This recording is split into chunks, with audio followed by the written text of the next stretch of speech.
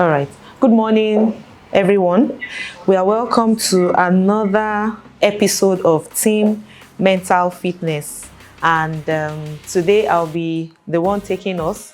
My name is Mayowa Cole, and I'll be taking us on the topic, the role of emotional intelligence in effective leadership.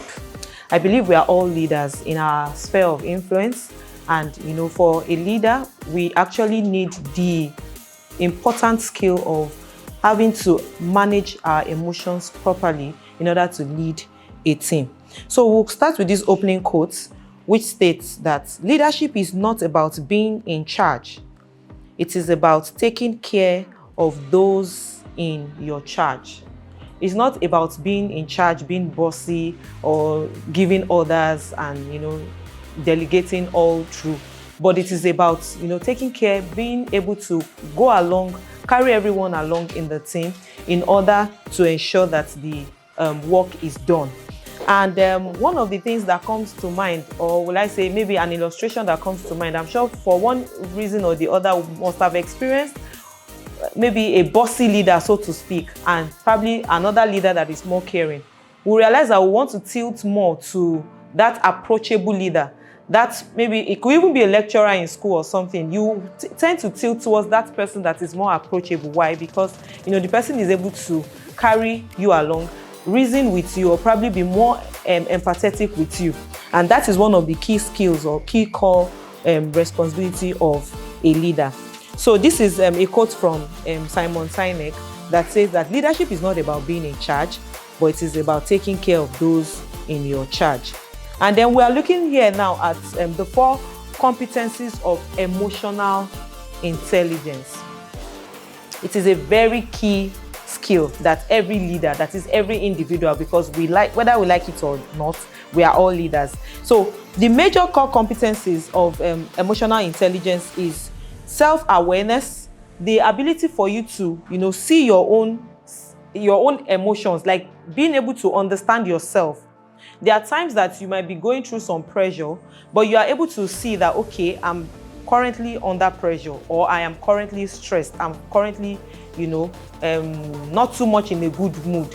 And I wouldn't want to transfer that aggression or that pressure to the other person that is around. Being able to be aware of this is actually very important. It's one core competence of emotional intelligence. And then another is the ability to also see other people's emotions and feel them, understand their feelings, where they are coming from. There are times that some people have their reasons for doing what they are doing. You don't just snap at them like, what is my business? You have to do whatever you need to do. No. There is the place where you need to, step into their shoes and try to understand why or what it might have happened or what has caused them to, state or behave wherever they have behaved, however they have behaved rather. So now the next one here is actions, self-management. Now, if you are able to be aware of yourself, you are able to get the understanding that, okay, I am presently under pressure. Now, the next step is to take the right action step, which is, now that I am not feeling too good, or now that I am really angry, what is the thing or what is the step to take? Let me take a breath, probably breathe in and out for about, say, 10 seconds, and then keep my cool. For some, it might require, taking a stroll, probably a minute or 2, before you actually react. Then, for the social awareness, understanding the behavior or feelings of other people would help you to know how to relate well with them. So this is a cycle here that has explained, in brief, the 4 competencies of emotional intelligence. The first here is self-awareness. When you're able to understand yourself, you know how well or how better you can, manage yourself. You don't just, flare up when it is not necessary. Or you rather, manage the situation properly instead of just reacting to it. Then the next one, if you are able to, understand the other person's feelings and try to put yourself in their shoes to know where they are coming from, then you'll be able to manage that relationship. It will not just be that you are, burning bridges or building walls. Rather, you'll be building bridges. So now, simply put, we are saying here that emotional intelligence is being smart with feelings. That is the summary or the meaning of emotional intelligence. Trying to understand that, oh, okay, this is how I feel, or this is how this other person feels, and be able to relate accordingly. We move on. So now, in order to get to understand our moods, there is actually such a thing that we refer to as the mood meter, and that helps us to know how we feel per time. We exhibit different feelings per time. So many, from being annoyed to being anxious, being cheerful, being defeated, defensive, distracted, ecstatic, fun, friendly, glad. So many feelings, all together that comes in and out in, minutes, seconds, throughout the day. So when we look at this mood meter, for instance, now, this is an energy level, whether low or high, from the lowest here to the highest, and then from the negative here to positive. So most of the time when you are on the negative and it is also on the high side, you realize that is when a person exhibits anger, irritation, and is enraged, or think of all those dominating emotions that is not supposed to be related to a person. And then when somebody is actually on the positive side and of course enjoying it on the higher energy, you realize that is when you are usually excited. In most cases, when the person is motivated, it could be that maybe you were told that, oh, you have just won a cash gift of ₦1 million or ₦1 billion just for free, like that. I mean, automatic, the emotions just fly and then comes to the positive side and of course on the higher energy. So, but then we have other aspects, which is the lower energy, but then it's still positive. And then we have the lower negative energy. This one now, the person is not as, person is not as furious or as agitated as the high negative energy, but then it can be controlled. So we are only saying that when you realize this, it helps us to identify our feelings and help us to curtail or control our emotions, and also even help the emotions of our friends. So now we are moving on to why leaders need emotional intelligence. We already mentioned that it is a very vital skill, a soft skill that everyone should have. It is not just about the technical skills. It is not just about the intelligence quotient, but then the emotional intelligence is a vital skill in interacting or relating with one another. So here we have that we see leaders without emotional intelligence. They often struggle to handle conflict, they fail to inspire people, and then they cause stress in their team.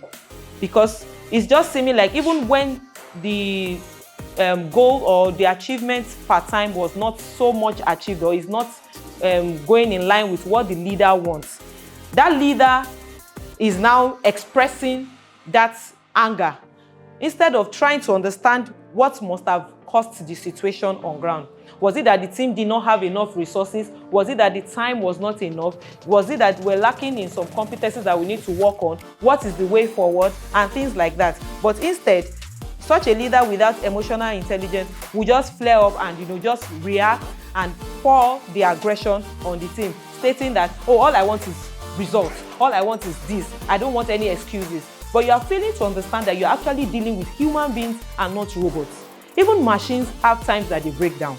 So we need to understand this aspect as leaders. And then leaders that lead, with emotional intelligence, win trust, they motivate naturally. Why? Because they have been able to understand their own mood. They are not allowing their negative mood to influence the work done or interact with other people. And then they are also able to build stronger team. Because, of course, when you realize that your leader is a loving, peace, calm, approachable person, naturally you want to do everything to be loyal and please such a person. All right, so now we move to the 5 pillars of emotional intelligence. We can also refer to it as the 5 components of emotional intelligence, which, like I mentioned earlier, but this time around we are going to be delving deep into it, is self-awareness, self-regulation, empathy, decision-making, or in some cases, the ability to motivate yourself and stay driven, and then social skills. We see here already under self-awareness that the knowledge of one's own thoughts, feelings, and emotions. Knowing yourself. Not seeing yourself as weak. Oh, I can't do it. That's a negative emotion that you should not allow, that you should not tolerate. Not seeing yourself as, not acceptable. Oh, nobody wants me, nobody cares about me, I'm not loved. All those emotions are negative, and you should, work on it, work towards it, and build yourself. Knowing yourself. And then the next one now is self-regulation. The ability to regulate your emotions and actions in variety of environments. There are times that it's going to be a bit tough, but then regardless, you still have to be able to regulate your emotions and still understand that when the going gets tough, it's the tough that gets going. And then motivation, or let me put it as decision making, the ability to make responsible choices and accept their outcomes. Not shifting blames and saying that, oh, it is the team that caused it. Oh, it is this person that actually made us to fail, or that and all of. So the major thing here is to stick by your decision as a leader. You have made this decision, and whatever the outcome is, you are sticking with it, and also carrying your team along to see how well or how better it can be done next time. Then empathy. The capacity to empathize and appreciate another perspective. Sometimes we might be tempted to be so selfish and think that, oh, it is only my own idea that is sensible. Any other person that is talking, you are not making sense. The idea or the understanding to see that I need to understand this other person's perspective. I need to understand this person's view. I need to understand where this person is coming from. Of course, there is a balance to it where you know that work needs to be done. But then, if there was an hiccup, for instance, what could have caused it? Let me put myself in this person's shoes. Celebrate wins together and come together to see how failures can be resolved going forward. And then the final one here is social skills. Being able to create and maintain healthy relationships. Like I said earlier, we are actually humans. We are social beings. We are not interacting with machines, neither are we interacting with still objects. So we have to understand that even in a work environment or working together as a team, we need to understand the place of individuals' emotion, because it plays a vital role to how motivated the team would put in more effort. And then moving on improving our emotional intelligence. We have some questions here, 5 questions to double your emotional intelligence. And then we also have some tips that can also help us to understand better what we are talking about. For this self-awareness, for instance, you ask yourself, why am I feeling this way? That is when you are feeling down, or probably the other aspect, the positive emotions, whichever one. So that if it is the positive, you can keep at it, and if it is the negative, you can know how to adjust and do better or get better next time. Because it's only when you have been able to lead yourself correctly that you can also carry others along. So keep a reflective journal. Note down whatever it is that has made you feel or felt the way you have felt. And then the benefit of this is to get better decisions and then fewer regrets. The second one here, self-control. Pause before reacting. Sometimes when somebody steps on your toes, it's normal. We all experience it. That's why we are humans. Maybe mistakenly, deliberately, or knowingly, whichever way. You take a pause. You are not just reacting, but you want to know, okay, let me take it calm, so that I don't flare up and scatter everywhere, and then you are now regretting, why did I do what I did?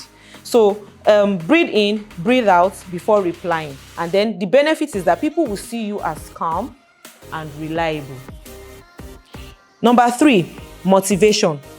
It's not just about the salary or the titles. Like I mentioned earlier, maybe when you win a 1 million naira or a 10 million naira gift, naturally there's this thought of energetic spark that, whoo, wow, I'm excited. But it should not just be that. We all need to learn how to be, self-motivated. Find purpose in your role and celebrate small wins. Your energy motivates others. When you find that purpose, you are that energetic person, it is actually, what's the word now? It's usually contagious. When you are well motivated, you can even motivate someone else that seems down. Then the next one here is empathy. Listen more. Judge less. That somebody acted one way or the other that was not so cool for the team's success does not mean that the person is a weak link.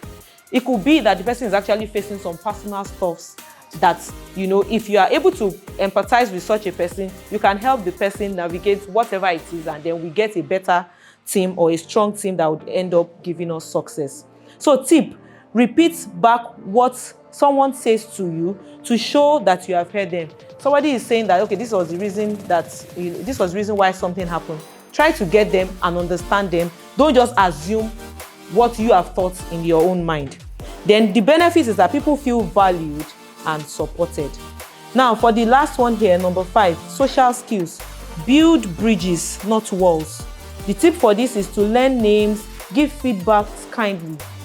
There are ways that you can even criticize someone and the person doesn't even feel that you have criticized them. Rather, they feel energetic or motivated to do better. So give feedback kindly and resolve conflicts fairly. And the benefit of this is that a united and a high-performing team will be your goal.